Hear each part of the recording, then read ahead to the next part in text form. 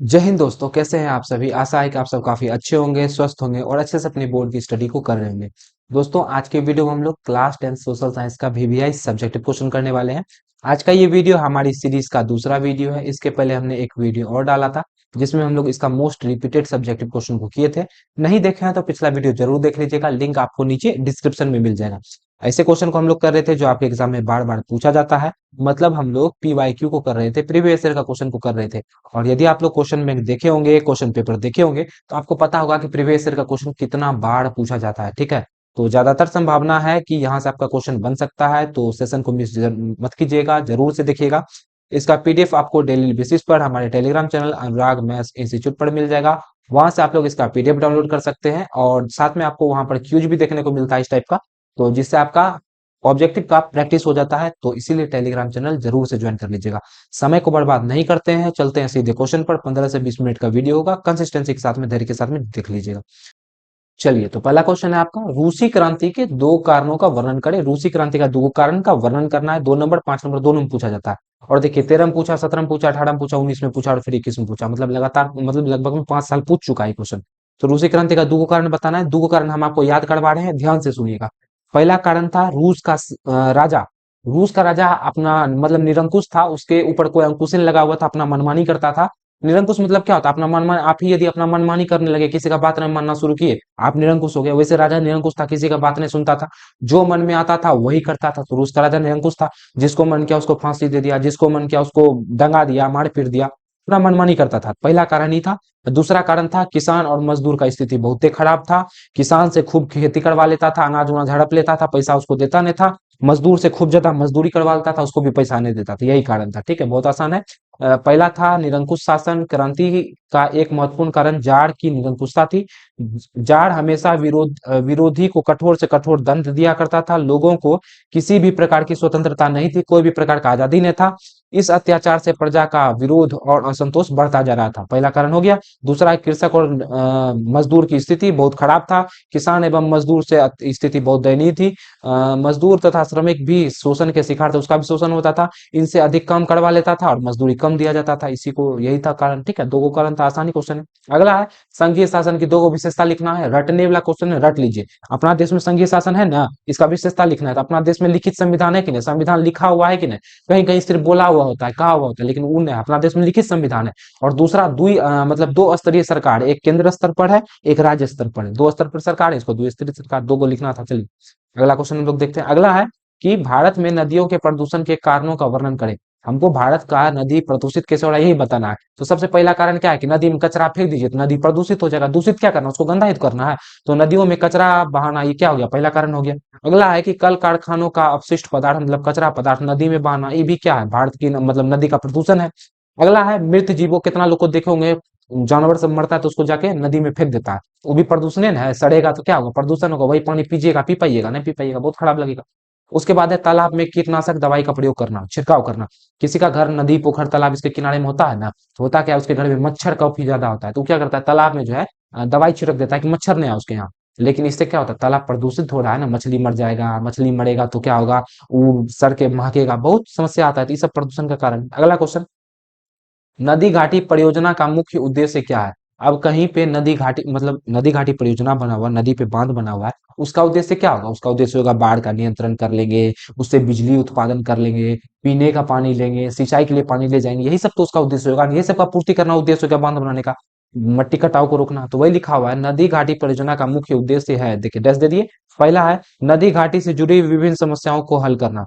ठीक है, इसमें बाढ़ का नियंत्रण हो गया, मृदा अपरदन पर रोक हो गया, मतलब मिट्टी कट के नहीं जाए, सिंचाई और पीने का पानी हो गया, उद्योग गांव, सिंचाई पीने का पानी हो गया, उद्योग हो गया, उसके बाद गांव नगर के लिए बिजली का विद्युत उत्पादन हो गया। ये सब नदी घाटी परियोजना का उद्देश्य यही है कि बिजली उत्पादन कर दो भाई, कहीं है वहां बाढ़ नहीं आए, मिट्टी का कटाव नहीं हो, कृषि के लिए सिंचाई का व्यवस्था हो जाए, सब नदी घाटी परियोजना का उद्देश्य होता है।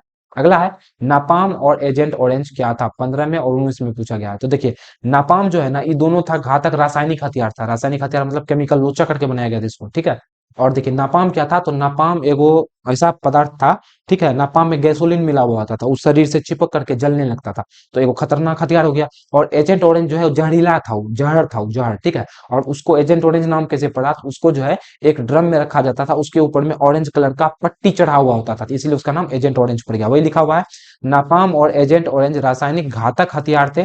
अमेरिका ने इसका उपयोग वियतनामी युद्ध में किया था। नापाम में गैसोलीन मिला हुआ होता था, जो ज्वलनशील होने के कारण त्वचा से चिपक कर जलता रहता था। एजेंट ऑरेंज खतरनाक जहर था, उसे जिन ड्रमों में रखा जाता था उन पर ऑरेंज रंग की पट्टी बनी हुई होती थी। इन दोनों के प्रयोग से धन और जन की काफी ज्यादा हानि हुई। यही चीज इसमें लिखा गया है, हम आपको एक बार समझा दिए, एक बार पढ़ लीजिएगा, खुद से पीडीएफ याद हो जाएगा। अगला है, चंपारण सत्याग्रह का संक्षिप्त परिचय दे। देखिए 2021 और 22 में पूछा गया है, चंपारण सत्याग्रह क्या था। तो बिहार का चंपारण जिला में किसान से नील का खेती करवाया जाता था। तो नील का खेती करने से क्या होता था, जमीन वहां का बंजर हो जाता था, जिसके वजह से किसान नील का खेती नहीं करना चाहता था। तो इसी मतलब नील का खेती करने के विरोध में गांधी जी एगो आंदोलन चला दिए वहां जाकर के, इसी को हम लोग चंपारण सत्याग्रह बोलते हैं, और ये सत्याग्रह सफल हुआ था, ठीक है। और देखिए किसान को कितना भूमि, ये भी पूछ देता है, किसान को कितना भूमि पे नील का खेती करना पड़ता था। तो 3/20 हिस्सा भूमि पर, मतलब यदि किसान के पास 20 कट्ठा भूमि है, उसको 3 कट्ठा पर नील का खेती करना पड़ता था। मतलब मान लीजिए किसान के पास इतना भूमि है, तो इसका 20 भाग करके उसका 3 भाग पे खेती करवा दीजिए नील का, वही हो गया 3/20 हिस्सा पे। पढ़ते हैं इसको, चंपारण सत्याग्रह अप्रैल 1917 में बिहार के चंपारण जिले में हुआ था। इसके कारण वहां के किसान के ऊपर नीलहे बागान मालिकों का अत्याचार था। इसका कारण क्या था, नीलहे बागान मालिकों का अत्याचार था। उस समय चंपारण में बागान व्यवस्था के अंतर्गत नील की खेती बड़े पैमाने पर की जा रही थी, नील का खेती करवा रहा था। अंग्रेज किसानों को तिनकटिया प्रणाली के अंतर्गत नील की खेती करने को बाध्य करते थे। इस व्यवस्था के द्वारा किसानों को अपनी सबसे अच्छी उपजाऊ भूमि के 3/20 हिस्से भाग पर नील की खेती करनी होती थी। हम आपको बताया अभी, 3/20 हिस्सा पर उसको नील का खेती करना पड़ता था। किसान नील उपजाना नहीं चाहते थे, क्योंकि इससे जमीन की उर्वरा शक्ति कम हो जाती थी, खत्म हो जाती थी। किसान को उपज का उचित मूल्य भी नहीं मिलता था। अरे भैया 3 कट्ठा में उपजाए, उसका सही सही दाम दीजिएगा तभी तो उपजाएंगे, दाम भी नहीं मिलता था सही सही, जिससे उनकी स्थिति काफी दयनीय हो गई। इन्हीं बातों को लेकर महात्मा गांधी ने चंपारण में सत्याग्रह का सफल प्रयोग किया। 1918 में चंपारण एग्रेरियन कानून पारित हुआ, जिसके तहत नील की मतलब नील किसान को जो है नील का खेती करने मना कर दिया गया। इतना को लिखना था। देखिए हम आपको बोले ना, एक बार हम आपको समझा देते हैं, एक बार पढ़ के बता देते हैं, एक बार खुद से पढ़ लीजिएगा, आराम से याद होगा, ठीक है। और समय बहुत ज्यादा इंपॉर्टेंट है, इसीलिए हम एक क्वेश्चन पे ज्यादा समय नहीं दे रहे हैं। चलिए अगला क्वेश्चन देखते हैं।